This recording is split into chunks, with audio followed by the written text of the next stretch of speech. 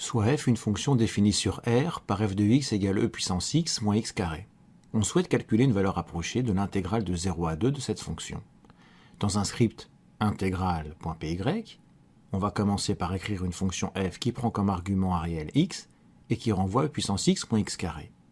Puis, dans un second temps, on va écrire une fonction trapèze qui prend comme argument les réels a et b et l'entier n et qui renvoie la valeur obtenue par la méthode des trapèzes avec un découpage de l'intervalle AB en n intervalles d'amplitude b-a sur n.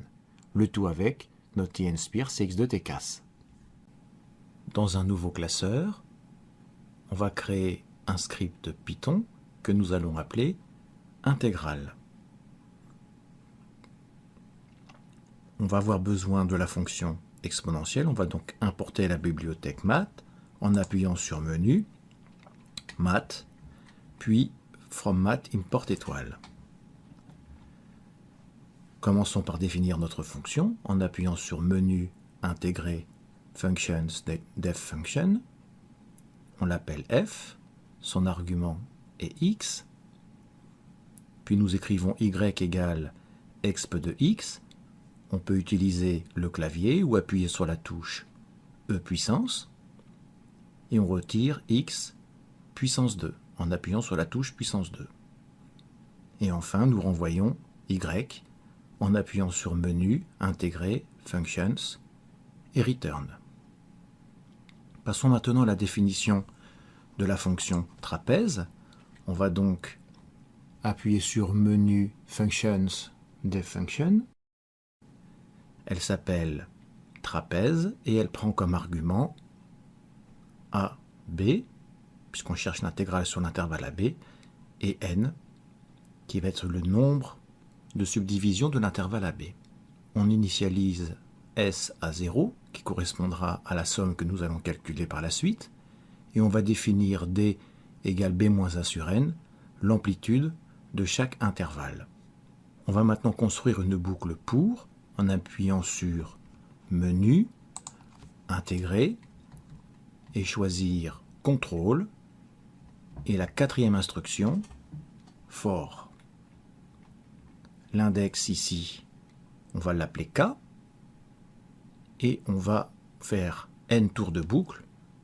Définissons maintenant s comme étant égal à s plus, entre parenthèses, f de a plus k fois d, plus f de a plus k plus 1 fois d, le tout divisé par 2. Et enfin, à la fin de la boucle pour, on va multiplier s par d, puis renvoyer s en appuyant sur menu, intégrer, functions et return. Nous avons fini d'écrire notre script.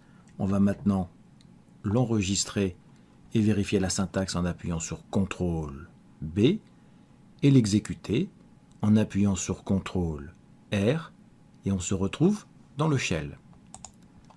On exécute la fonction trapèze en la rappelant en appuyant sur var, on choisit trapèze, on entre les bornes de l'intervalle 0, 2 et puis prenons n égale 100.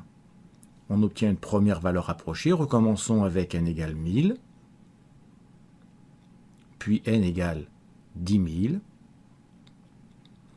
et on va comparer cette valeur avec le module de calcul d'intégrale de la t-inspire.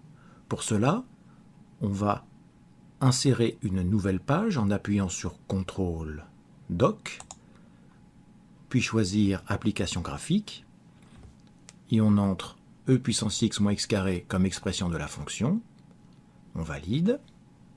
Pour trouver une valeur approchée de l'aire, on va appuyer sur Menu, puis choisir Analyse graphique, puis Intégrale.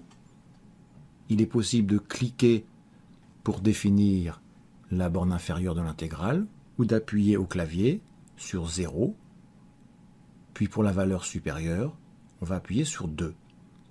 On obtient une valeur approchée de notre intégrale. Pour afficher plus de décimales, on va aller sur la valeur affichée, puis on va faire un clic droit en appuyant sur CTRL menu, puis choisir Attributs. Et enfin, en appuyant sur la flèche de droite, nous voyons la précision augmenter. Ici, nous prenons par exemple une valeur courante de 4 et on valide. On peut aussi faire le calcul en utilisant le module de calcul formel de l'ATI Nspire.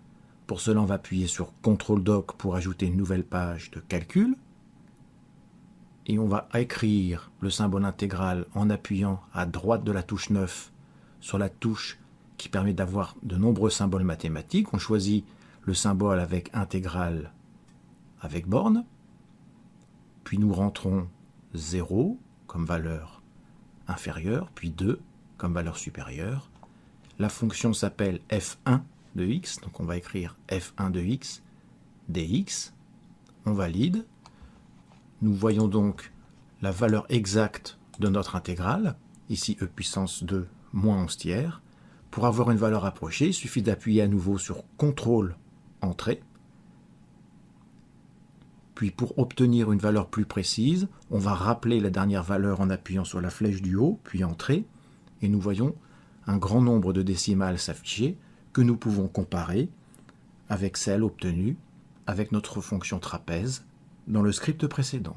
Et on peut constater que ces deux valeurs sont extrêmement proches.